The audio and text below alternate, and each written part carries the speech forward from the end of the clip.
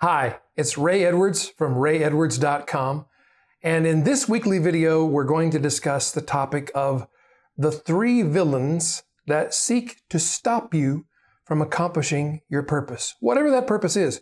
It might be work that you're doing in your business, or it might be a mission that you have in life, or even a relationship, or something else in your personal life.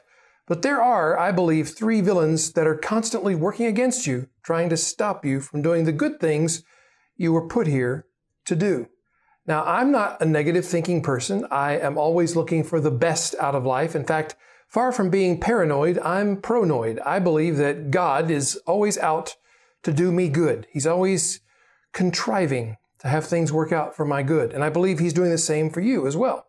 So what is it with these 3 villains? Well, we have to cooperate with the fact that everything is working in our favor, or not cooperate with it. And sometimes we don't cooperate with it. In fact, sometimes we cooperate with the 3 villains. Villain number 1 is simply the resistance.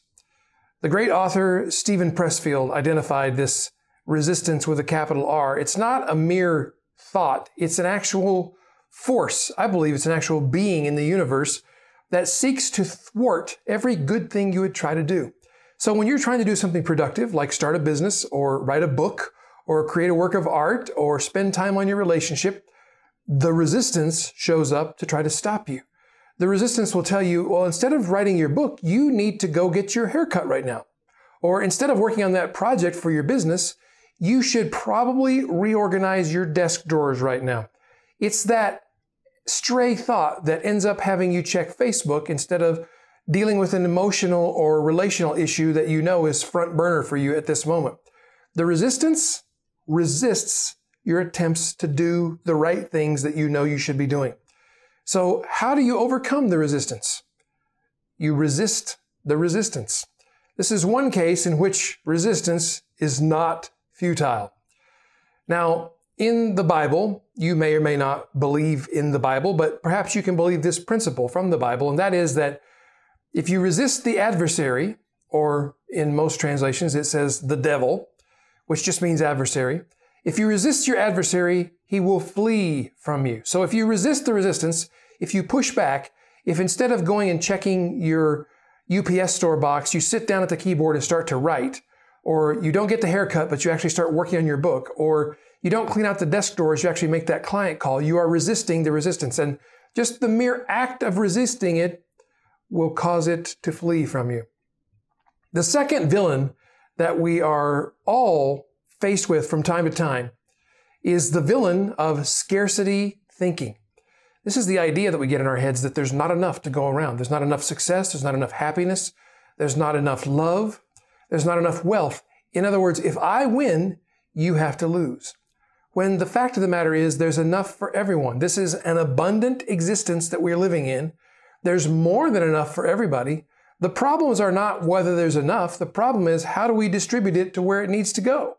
Like there's plenty of food in the world, yet people are starving. So it's scarcity thinking that keeps people from being fed. And as entrepreneurs, we are abundance thinkers, and our job is to bring that abundance to all those around us. And that rising tide floats all ships everywhere. And the third and final villain that we face that seeks to stop us from doing what we're put here to do is the villain of our success set point. In particular, if we have a low success set point. Now, what's a set point? Well, on a thermostat, you set the temperature where you want it to stay. For instance, in my office right now, the temperature is set to 70 degrees Fahrenheit. That is the set point. If it gets much cooler than 70 degrees in my office, the heat kicks on and brings the temperature back up. If it gets much hotter than 70 degrees, the air conditioning kicks in and brings the temperature back down. This is a process that I first learned about as an analogy for how we think about success from the brilliant book, Secrets of the Millionaire Mind by T. Harv Eker. He talks about your success thermostat, your wealth thermostat in particular. So this is why, for instance, when someone wins the lottery and they suddenly go from having an average income to having millions of dollars, it's only a matter of months or a couple of years until most lottery winners are right back where they started. How's that possible? It's because their success set point told them this is where you belong. So now we've got to get rid of all this extra money and get you back to where you belong. It's also the reason why you may seem to always have just enough, because your success set point is set at just enough. So how do you readjust your success set point to a higher place so that this is no longer a villain that's trying to stop you from achieving success in your business? Well, just becoming aware that you have a success set point is the first step, and it may be curative in and of itself. But if it's not, then there's probably more work to be done than we can do in this simple video. I would strongly recommend you get the book, Secrets of the Millionaire Mind by T. Harv Eker, and explore working on this particular villain yourself. You can defeat this villain. So again, the three villains are, number one, the resistance, and you overcome it by resisting it. Number two, scarcity thinking, and you overcome this one by being generous and being in a place of abundance. One of the best ways to do this is through the ancient spiritual practice of tithing.